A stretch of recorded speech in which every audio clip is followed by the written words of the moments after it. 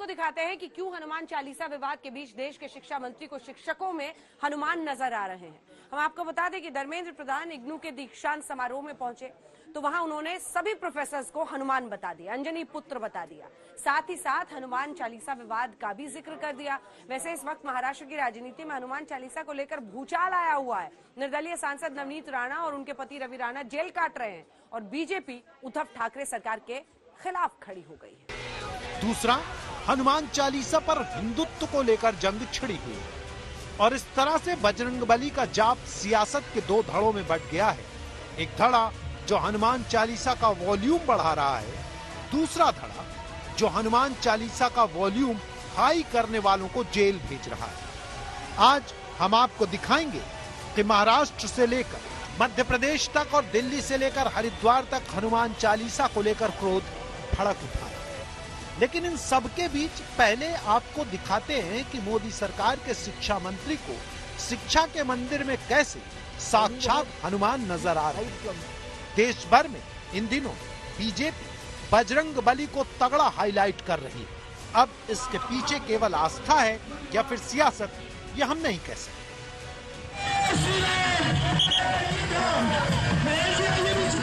शुरुआत 16 अप्रैल को हनुमान जयंती पर देश भर के अलग अलग इलाकों में निकाली गई शोभा यात्रा से होती है और दिल्ली के जहांगीरपुरी में हिंसा तक पहुंच जाती है। और फिर दिल्ली में 26 अप्रैल को मोदी सरकार के शिक्षा मंत्री Indira Gandhi national open university के 35वें दीक्षांत समारोह में पहुंचते हैं और यहाँ भाषण के दौरान धर्मेंद्र प्रधान कहते हैं कि इग्नू के प्रोफेसर भगवान हनुमान हैं, अंजनी पुत्र हैं, उन्हें अपनी शक्ति का एहसास नहीं है। नहीं तो आज हमारे देश में हनुमान चालीसा गाया जाए ना गाया जाए उसकी भी विवाद हो रही है। चलो हनुमान चालीसा एक अलग विषय है आज के दिन के लिए, लेकिन आप सब प्रोफेसर राव समेत आप सभी लोग, विशेष करके जो प्राध्यापक और प्राध्यापिका प्रोफेसर्स हैं और जहां जहां सेंटर्स में बैठे, आप सच में हनुमान पुत्र हो, आप अंजनी पुत्र हो। अंजनी पुत्र की एक गुण है, वो तो समाज को संभालने वाले, बचाने वाले।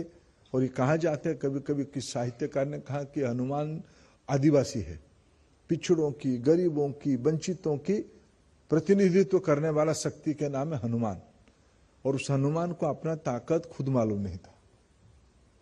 कभी कभी उसको याद दिलाना पड़ता था कि आप क्या कर सकते हो। जब उसको कोई ललकारता था, उसको कभी कोई समझाता था तो फिर असंभव काम करता था। आप इग्नो वाले हनुमान हो। देश के शिक्षा मंत्री ज्ञान बांटने वाले प्रोफेसर्स को साक्षात हनुमान बता देते हैं, लेकिन धर्मेंद्र प्रधान के बयान की पृष्ठभूमि देश में छिड़े हनुमान चालीसा के पाठ से ही जुड़ी, क्योंकि इस वक्त हनुमान चालीसा को लेकर सबसे तगड़ी लड़ाई महाराष्ट्र में छिड़ी हुई है। हनुमान चालीसा के पाठ को लेकर अमरावती से निर्दलीय सांसद नवनीत राणा और उनके पति रवि राणा को जेल में डाल दिया गया है और उद्धव ठाकरे की इस धमकी के साथ कि बीजेपी उनके हिंदुत्व को ललकारने की कोशिश न करे, हनुमान चालीसा पर किसी की दादागिरी नहीं चलेगी। आखिर बाला साहब ठाकरे का जो एक सिद्धांत था, आज मुख्यमंत्री उद्धव जी उसके सिद्धांत के इतर बात कर रहे हैं।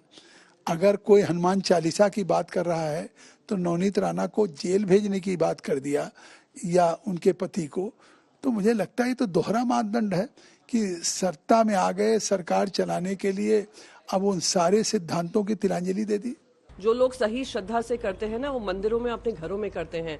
वो बाहर रास्तों पे आकर किसी मुख्यमंत्री के घर के आवास स्थान पे बगैर न्योता दिए हुए अगर आते हैं तो हमें उससे आपत्ति है। हमें उससे भी आपत्ति है जो भगवान हनुमान का नाम सिर्फ अपनी राजनीति के लिए याद करते हैं। हमें उससे भी आपत्ति है जो जय श्री राम के नारों से आपत्ति जताती हों और अब आकर हनुमान भक्ति का हवाला देती हों। हमें इन सभी ढोंगियों से आपत्ति है और इनके खिलाफ हमारी जंग जारी रहेगी। महाराष्ट्र में हनुमान चालीसा की लड़ाई बीजेपी और शिवसेना के हिंदुत्व और अहंकार की बन गई है।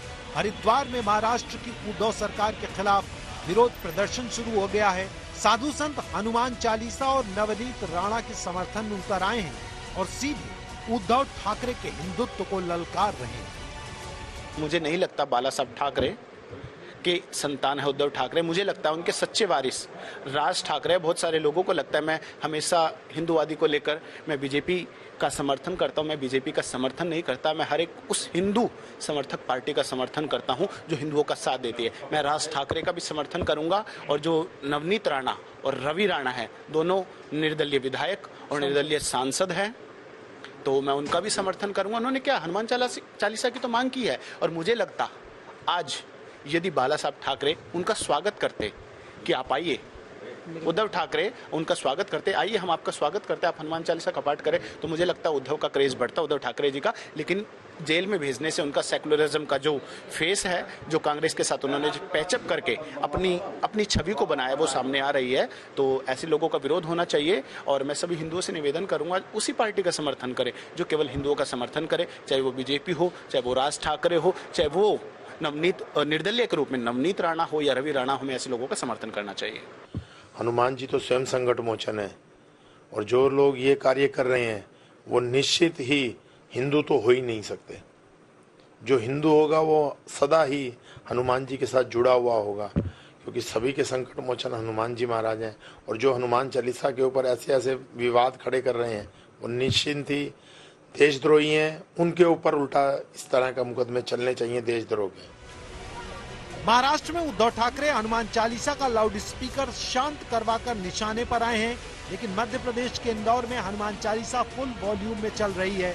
मस्जिदों से अजान के लाउड स्पीकर उतरवाने के लिए 5 टाइम अजान के जवाब में 5 टाइम हनुमान चालीसा और राम धुन गाई जा रही है। हिजाब, रमजान, रामनवमी चलते चलते आप देखिए आजादी के 75वें वर्ष में कहाँ तो हमें सेलिब्रेट करना था idea of freedom, equality, justice, और कहाँ उलझे हुए हैं लाउड स्पीकर, हनुमान चालीसा। ये एक तरह से हमारे सामाजिक जीवन, लोकतांत्रिक जीवन में पतन का एक बहुत बड़ा द्योतक है। वो एक मोहतरमा कहती हैं कि मैं यहाँ मातोश्री में पढ़ूंगी, दूसरी एक और लेडी हैं वो कहती हैं कि मैं अमित शाह जी को लिख रही हूँ 7 लोक कल्याण मार्ग में हनुमान चालीसा। हमने क्या बना दिया अपने ईश्वरों को, भगवान को।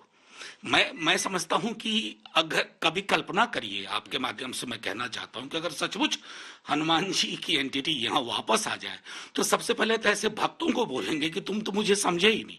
वही हाल मर्यादा पुरुषोत्तम का होगा।